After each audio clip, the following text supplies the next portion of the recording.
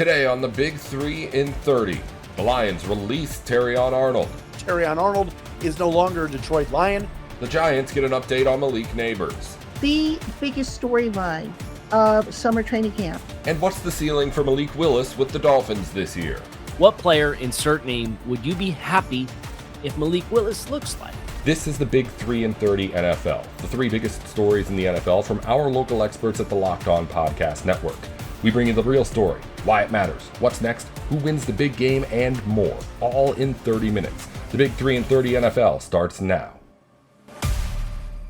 Thank you for making the Big 3 in 30 your first listen of the day. Part of the Locked On Podcast Network, your team every day. The Lions moved on from Terrion Arnold after his arrest on serious felony allegations, ending his time in Detroit before training camp. Matt Derry with Locked On Lions lays out what it means going forward. Terrion Arnold is no longer a Detroit Lion. Could Denzel Ward be a trade possibility? We'll discuss that. We also have to mourn the loss of a local radio guy who I didn't really know very well, but I'm going to explain why I'm bringing up a Kenny Cott's passing today. But let's start with the news of the day, and that was very, very interesting. Terrion Arnold's pre-detention hearing today, pre-detention trial hearing that took place today down in Florida. At times today, all right, and again, news of the day, Terrion Arnold's been released by the Lions. Let's not bury the lead. Arnold's gone. The Lions released him today.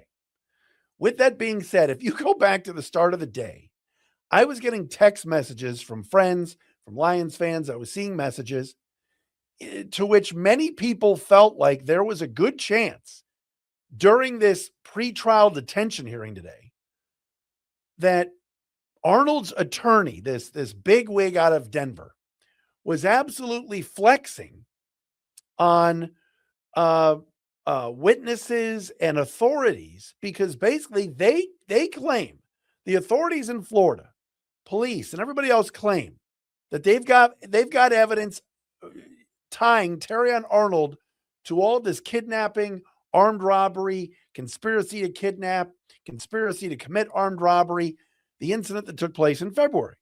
Yet the lawyer for Arnold was doing a great job for Terrion.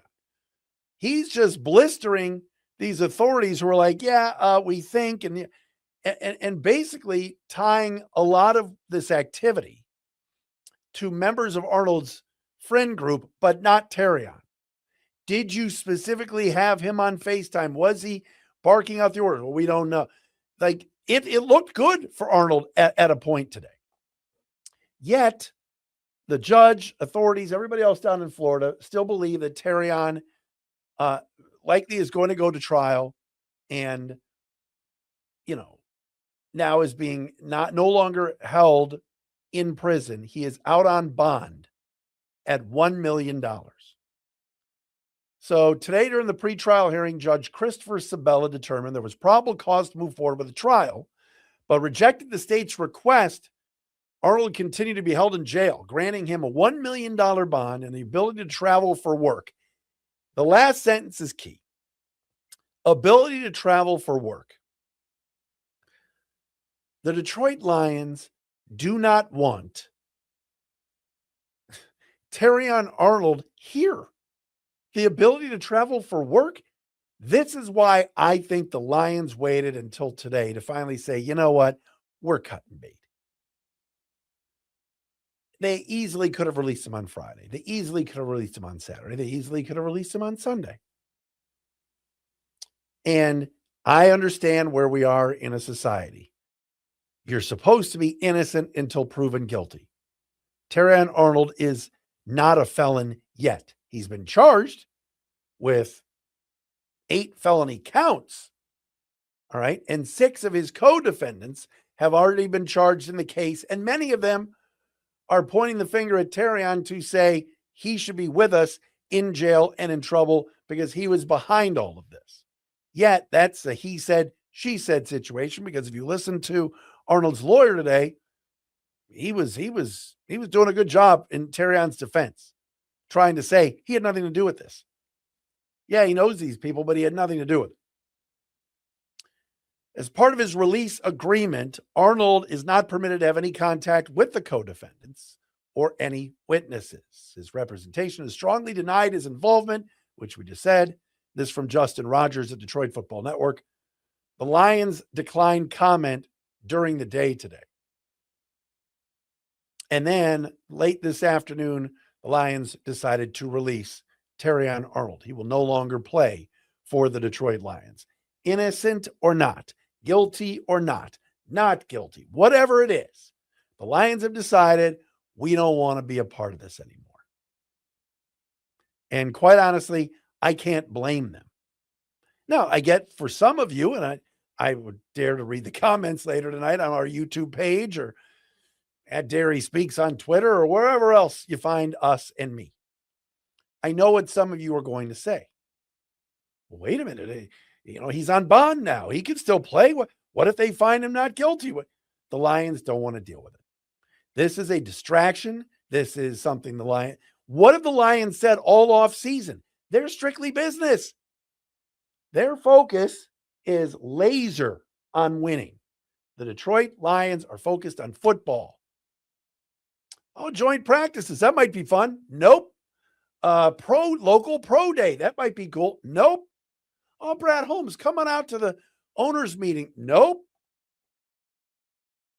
The Lions can't say they're strictly business and focusing on winning and getting back to an elite level in the NFL when they've got a possible convicted felon on their team. The Lions couldn't do it. They couldn't be in that business anymore. And they cut bait today. And guess what? They have every right to. Now, Arnold could eventually file a grievance with the Players Association, say I was wrongfully let go. But for today, right now, the Lions are staying out of that business. They don't want any part of it anymore. I saw people joking today. Oh, he'll sign with the Browns tomorrow. He'll sign with the Raiders. Those are terrible franchises that bring in convicts. Ha, ha, ha. Again, allegedly. I'm trying to be fair here. But the Lions aren't dealing with it. They don't want to deal with it. They've talked about football culture. They've talked about good guys. They've talked about not signing problem children or players that are going to be disruptive in the locker room. Could you imagine Terrion Arnold going, I'm on bond. I can go to work. Oh, I can't travel to the game over in Berlin, Germany. Can't leave the country. But hey, I'm going up to Allen Park. Ain't nothing wrong. The Lions weren't having it.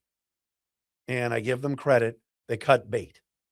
They decided we're going to go forward with Rock Yassin or Ennis Rakestraw, or as I mentioned last week, do they go out and sign a Trayvon Diggs or a Kenny Moore or a Rasul Douglas or a veteran that is still on the street right now that has played NFL football at a high level at cornerback in the past?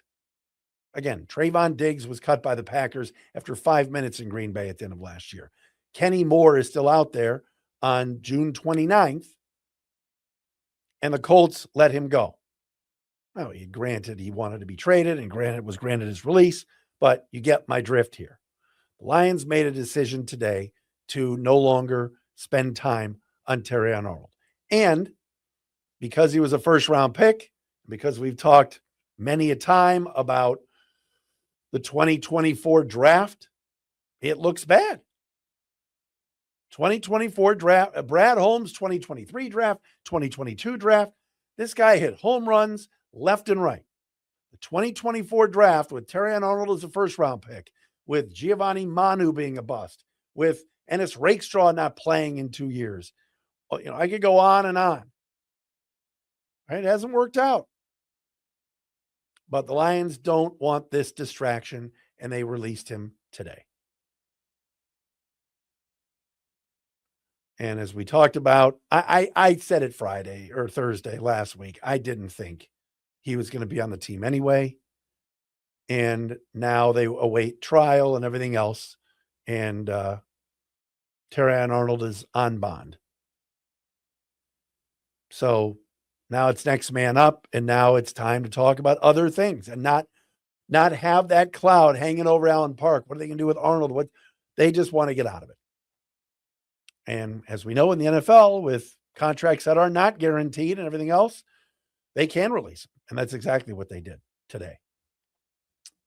So There'll be a little bit of competition here, as Dan Campbell has talked about, with Rock Yassin and Ennis Rakestraw, if healthy, and others on that opposite corner, opposite of DJ Reed.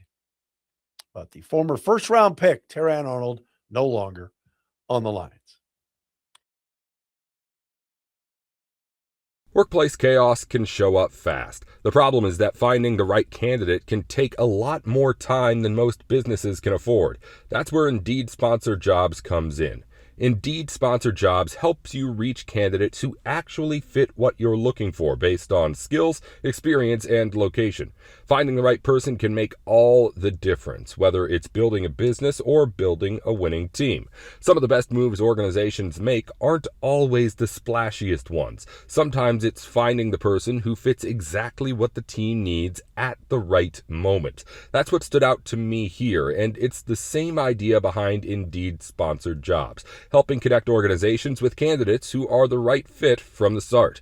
Spend less time searching and more time actually interviewing candidates who check all your boxes. Less stress, less time, more results. When you need the right person to cut through the chaos, this is a job for Indeed Sponsored Jobs. And listeners to this show will get a $75 sponsored job credit to help get your premium status you deserve at Indeed.com/podcast. Just go to Indeed.com/podcast right now and support our show by saying you heard about Indeed on this podcast. Indeed.com/podcast. Terms and conditions apply.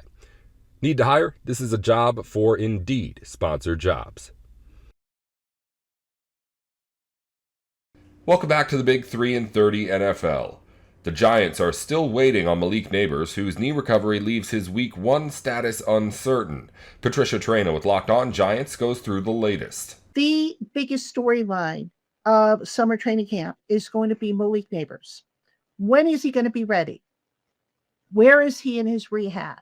Will he be on the field come Week 1?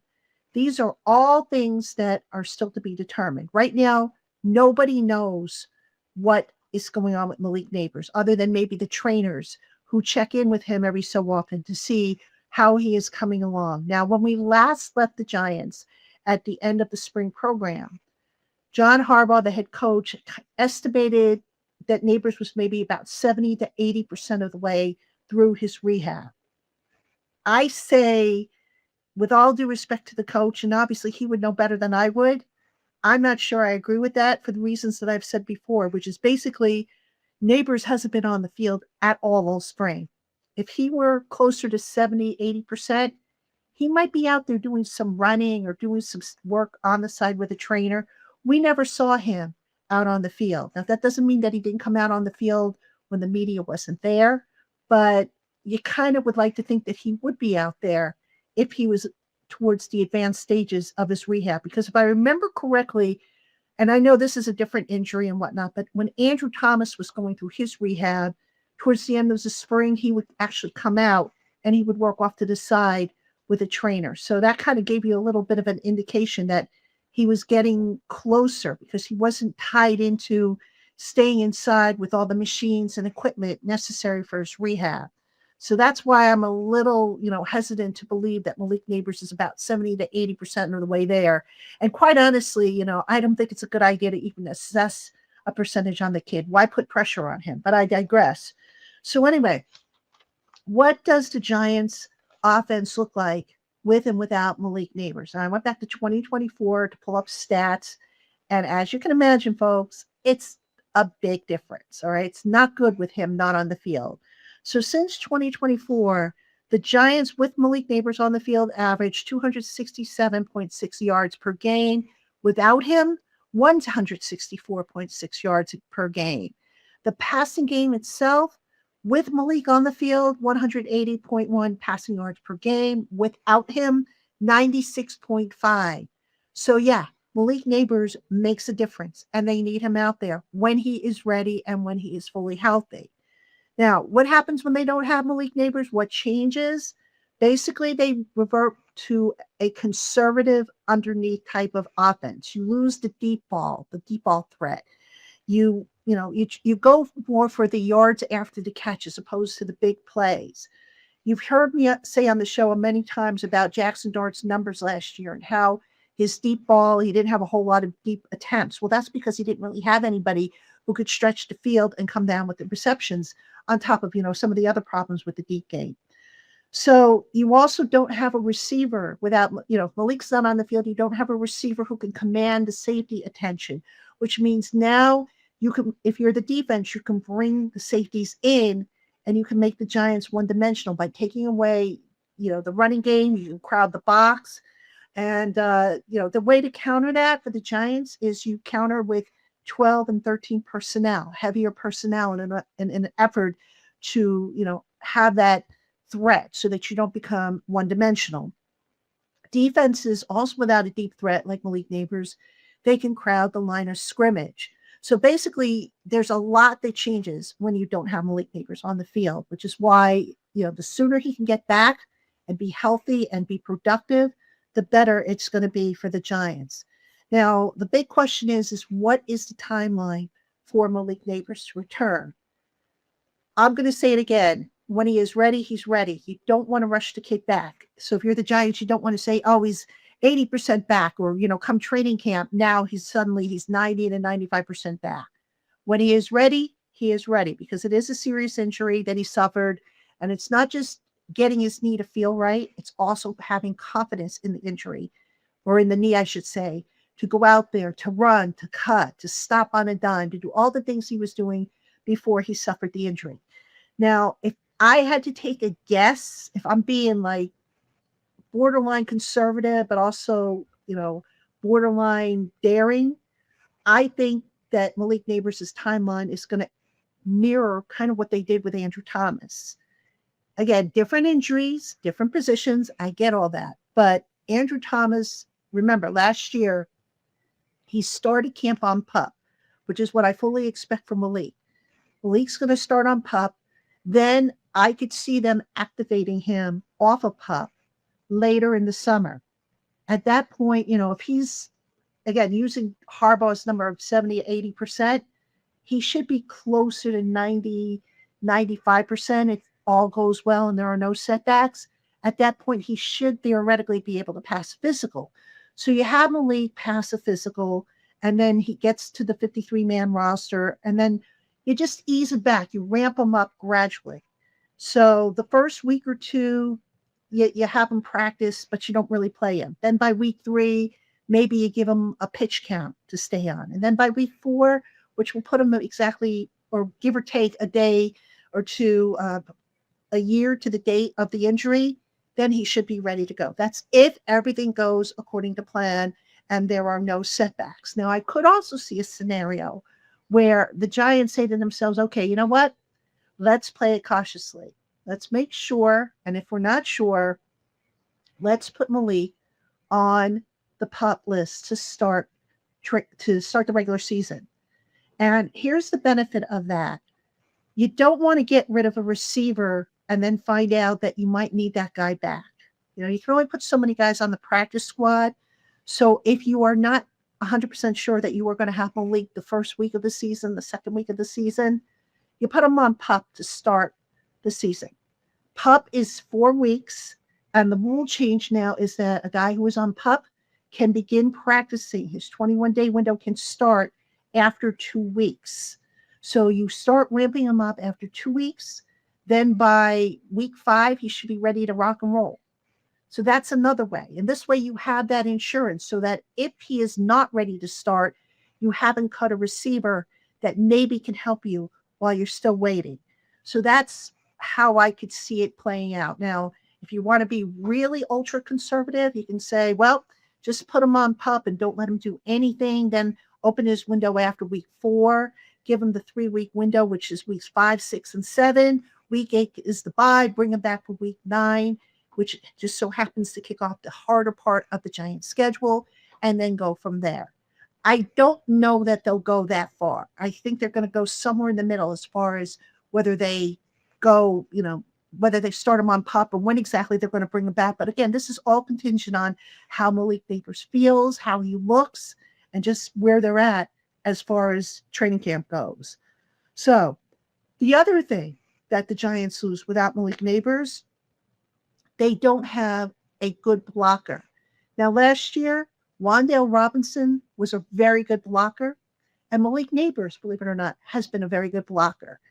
Last year, he had a 71.9 overall blocking grade, according to Pro Football Focus. That was the highest blocking grade of all the non-offensive linemen on the Giants. So don't discount that. Receivers, yes, their job is to catch the ball, to make the big plays, the chunk plays, and all that stuff, but they do get involved with run blocking.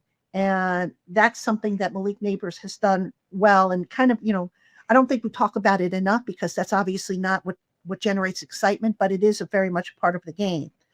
Welcome back to the Big 3-30 NFL.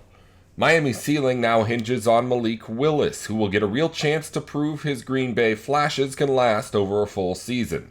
Kyle Krabs with Locked On Dolphins breaks it down. Question for the Dolphins fan base. If things go well for Malik Willis in 2026, who do you think his style of play will resemble? What player, insert name, would you be happy if Malik Willis looks like?